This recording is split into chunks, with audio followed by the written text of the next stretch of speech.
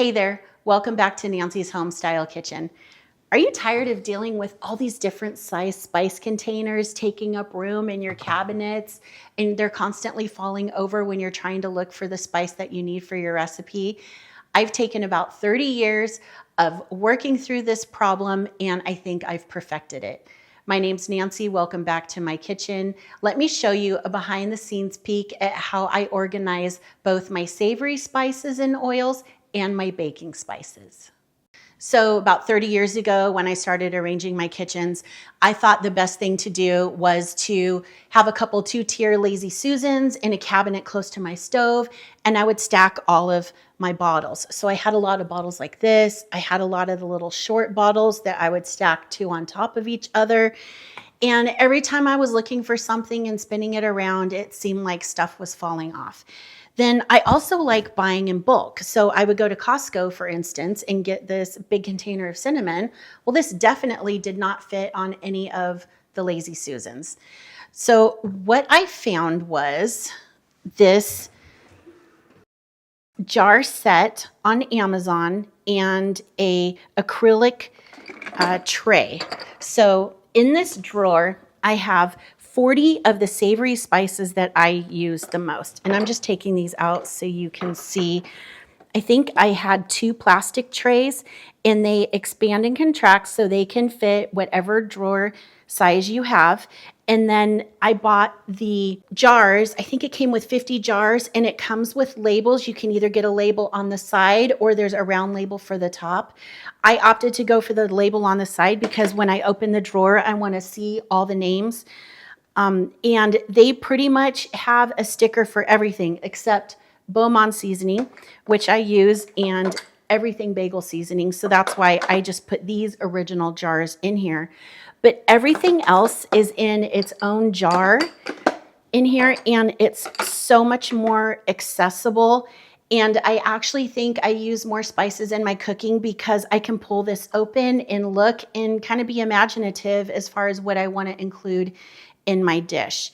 The other thing that I do is I keep a big container of my spices. So for instance, dill weed, this was $5.99 at my local store. Whereas if I would have bought this at the store, it probably would have cost about the same amount and I got this much more. So I just keep this in my pantry with the bulk jars, and then I just refill the jars as needed. So that's how I handle my spices. Back to this cabinet. So I thought I'm going to lose a whole drawer for my spices.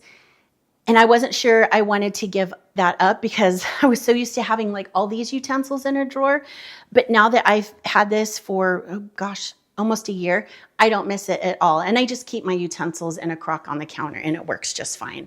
So that freed up this cabinet for me to store all of like my vinegars, soy sauce.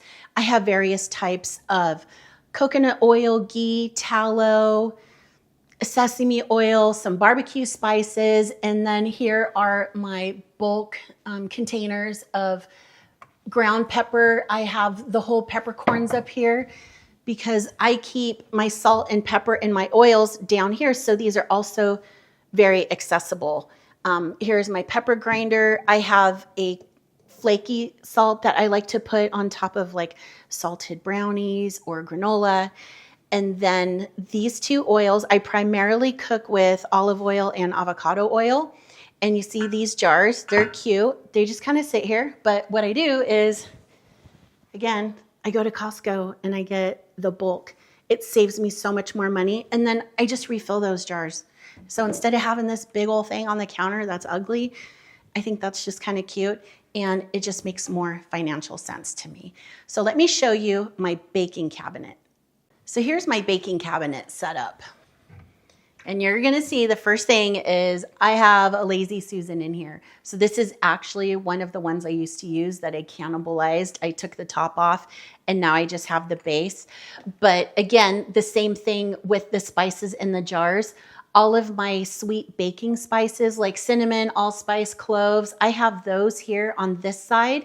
I also have my extracts, vanilla, baking powder, baking soda, different types of syrups, all my baking chips, any cake flour and freeze-dried fruit, yeast, you name it. Anything that I'm going to use for baking, I primarily store in this cabinet, which is nice because if I'm not over at my kitchen island recording a YouTube, normally I'm over here working on putting all my baking items together. I have my mixer here and I can just grab and put in everything that I need. Also the other thing that I like is that I have all of my flour, sugars, and specialty flours in this drawer. So bread flour, all-purpose flour. I have brown sugar, powdered sugar, and then these are just semolina flours and different things I use for pizzas and specialty things.